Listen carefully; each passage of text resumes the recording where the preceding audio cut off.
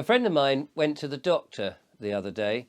Well, initially it was a bit of a problem because her son had an issue that needed to go and see the doctor.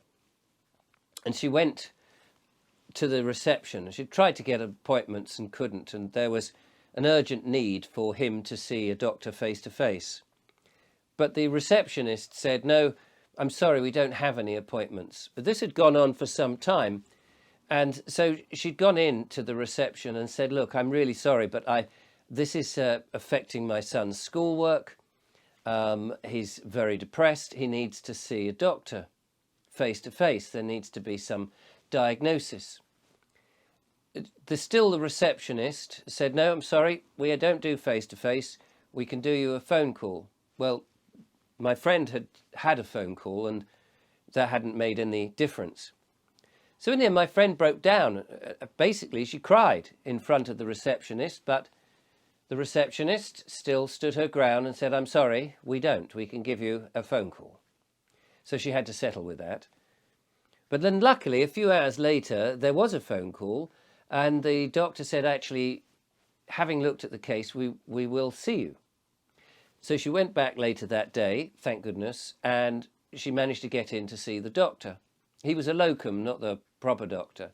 But anyway, she got to see somebody and she presented her son and they were doing the diagnosis. Now, my friend has another son, a bit younger, who was also not very well and hasn't been very well for a while, has had stomach problems. And whilst he was there, he complained quite loudly that his stomach really hurt. And my friend said she tried to comfort him. The doctor looked up, but then carried on with the diagnosis with the other son. At no point did he say, "Oh, hang on, let's find out what's wrong with this chap as well whilst he's here, to save you trouble, to save time, to save another appointment." No, he wasn't allowed to do that. He just diagnosed the first son and was not at all interested in the second. And it reminded me when this friend of mine told me this, I said, what happened to the times? And I remember, well, some time ago now, 20, 30 years ago, when my children were very young. And you'd ring the doctor surgery and they would say, "Yes, no, certainly, come on in." The doctor would know you by name. It was the doctor you wanted to see, not a locum. And they would sit you down. They knew the family history and they went over everything. And you felt much more confident and reassured that the doctor was doing his best for the family. And he would ask about everybody else. Those sort of days have desperately gone. A while ago, I needed to upgrade my internet. It was quite slow and I upload videos. So I got in touch with my company, the utility company, and I said, "I'd like to upgrade. I understand you've got this rather interesting offer. I'd like to take advantage of that, please." And they said, "Yeah, no problem. You'll need a new box and an engineer will have to come and do something." "Oh, okay, fair enough." I said, "I have a business in which I upload videos, so I need to have this so it switches over very easily." "Oh, don't worry at all, sir. This is how it does. It's all fine. There's a different tariff. You'll be on that and away you go." "Okay, that sounds great." Well, 5 days went past and still the box hadn't arrived.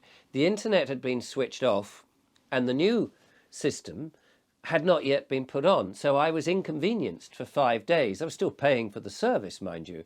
So I rang back and I said, "Look, I'm sorry to bother you, but 5 days had passed." I had actually complained and they'd said, "Oh, no, don't worry. It will come tomorrow. It'll be fine." And it hadn't. So 5 days had passed. And in the end, I'd looked online and I found another service that offered pretty much the same deal, but actually was slightly cheaper. So I thought, I'll go with them. I've given this other company plenty of time and they've let me down. So I rang them and I said, "Look, I'm ever so sorry. I haven't had the service. It's been very poor. I've decided to cancel that and go with this other firm." And they said, "No, you can't." I said, "Well, what do you mean I can't?" They said, "No, you can't do that because you're basically signed into a contract now for 2 years." I said, "I haven't even had the service yet." They said, "No, that doesn't matter. You agreed to everything. And so you're now bound into this contract for 2 years. And I said, hang on, isn't there a 15-day change your mind policy? They said, oh, you may not remember, but when you negotiated this new package, we told you that we would waiver the 15-day change your mind policy so that it was now in stone. I said, I don't remember that. They said, well, we got the recording. And they went away. They didn't play the recording to me, but then they said, oh, yes, here we are. We've listened to it and we did definitely tell you. And I said, look, I've been with you for over 20 years. I've taken all your packages. I've paid always on time. Is there nothing I can say that will make you change your mind? I'm likely to stay with you if you sort this all out for another 20 years. No, I'm sorry, sir. You've signed the thing verbally, and that's enough for us. I said, this is ridiculous, because what you're saying to me is that my loyalty is nothing. It's worth nothing. And you're going to confine me for another 2 years. And then at the end of that period, when it's time to renew or for me to go somewhere else, do you think I'm actually going to stay with you? I may now move to another company and be with them for 20 years. You're effectively losing me. Whereas we could smooth this all over, and maybe I could give you an extra day and we could get the system working. No, I'm sorry, sir, but this is our policy. Well, of course, I didn't stay with them 2 years after that. I moved away, quite rightly. Not so long ago, I parked my car to see my son. He worked in an area in Southampton where it was private parking. And I knew it was private parking. There were these signs all over the place. So I arrived, parked outside my son's office, went up the stairs into the office, got the pass to put down that my son had to put on in my car. I had a car then, not my van. Came downstairs to put that. I must have been away 3 or 4 minutes. There was a ticket already on the car. I looked around, there was nobody in sight. I thought, blimey, they were swift on the mark. They must have watched me come in, bung the ticket on and scarpered. But when I looked at the ticket, the time they had put was, whatever it was 2 minutes between the time I parked and the time that the ticket operator had placed the ticket on there. So I rang them up later that day and said, hello, look, it's probably a mistake, really. I think your ticket man was a bit quick off the mark, because I had the pass, I came back, but you've only given me 2 minutes. That can't be right. That's not reasonable, I said. And they said, I'm sorry, that's the rules. That's it. You'll have to pay. If you don't pay the £65 penalty within so many days, it'll be £120, whatever it was. And I said, no, that's unreasonable. You can't give me just 2 minutes. Well, I'm sorry. If you don't pay it, the debt collectors will be after you. I said, all right then, send them. This went on for 7 years. After that, I ignored all the correspondence and eventually ended up in court. And I went to court. And just before I went in the court, one of their representatives for this parking firm said, sorry, mate, it's going to be about 400 quid. If you settle now, you could give us 300 quid and then you'll be 100 quid cheaper. I said, no, I'm having my day in court, thanks very much. Fortunately, the magistrate saw it was completely unreasonable for 2 minutes. And they got done and not me. I got away scot-free because it was unreasonable.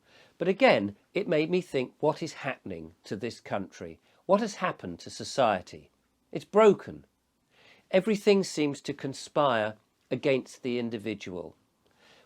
You can't park your car without somebody trying to make money out of it.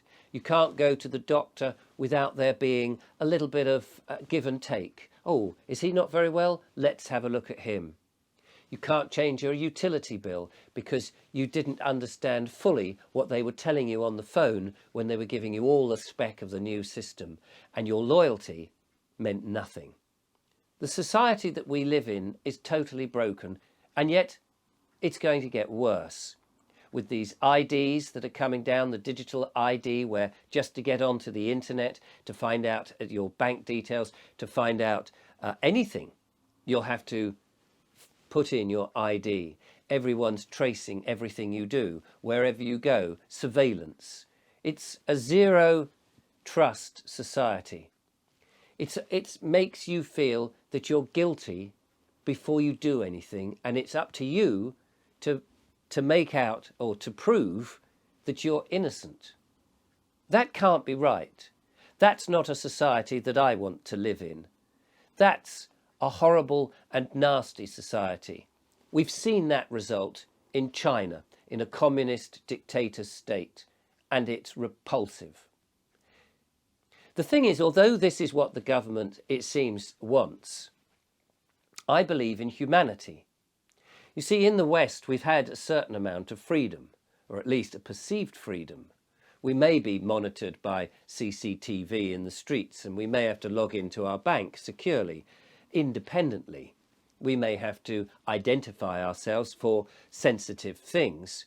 But on the whole, we're pretty free, even though society is broken and services seem to be conspiring against us. But I do believe in humanity.